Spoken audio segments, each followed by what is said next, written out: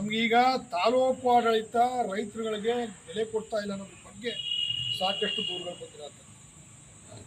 ನೇರಳೆ ಗ್ರಾಮದ ನಮ್ಮ ಕಾರ್ಯಕರ್ತರು ಕೂಡ ಈ ಸಂಬಂಧ ತಹಸೀಲ್ದಾರರು ನಮಗೆ ಗೌರವ ಕೊಡ್ತಾ ಇಲ್ಲ, ತಹಸೀಲ್ದಾರರ ಕಚೇರಿಗೆ ನನ್ನ ಕಷ್ಟ ಹೇಳ್ಕೊಳಕ್ಕೆ ಹೋದರೆ ಇನ್ಮೇಲೆ ಕೇಸ್ ದಾಖಲು ಮಾಡ್ತೀನಿ ಅಂತ ಬೆದರಿಸಿ ಕಳಿಸೋಂಥ ಕೆಲಸನ ತಹಸೀಲ್ದಾರರು ಮಾಡ್ತಾ ಇದ್ದಾರೆ ಅಂತೇಳಿ ಕಂಪ್ಲೇಂಟ್ ಕೊಟ್ಟಿರೋದು ನಮಗೆ ಮಾಹಿತಿ ಬಂದಿರುತ್ತೆ. ಸಾಕಷ್ಟು ರೈತರು ಈ ವಿಚಾರದಲ್ಲಿ ಮಾತಾಡ್ತಾರೆ.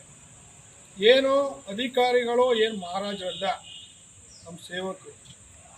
ನಂಜನಗೂಡು ತಾಲೂಕಿಗೆ 106 ತಹಸೀಲ್ದಾರರು ಬಂದರೆ ಹೋಯ್ತಾವೆ.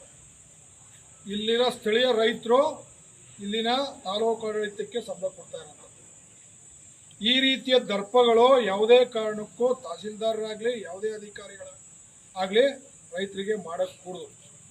ಇದೇನಾರ ಮುಂದುವರಿಸೋದೇ ಆದರೆ ಅಂಥ ಅಧಿಕಾರಿಗಳು ನಮ್ಮ ನನ್ನೂರಿಗೆ ಇಲ್ಲ. ರೈತರ ಪರವಾಗಿ ವರ್ತಿಸ್ಬೇಕು, ರೈತರುಗಳಿಗೆ ಗೌರವ ಕೊಡೋದು ಕಲಿಬೇಕು, ರೈತರುಗಳಿಗೆ ಚೇರ್ ಹಾಕಿಸಿ ಮಾತಾಡ್ಸೋಂಥ ಕೆಲಸನ ಮಾಡಬೇಕು. ಇದೇನು ಬ್ರಿಟಿಷ್ ಆಡಳಿತ ಅಲ್ಲ.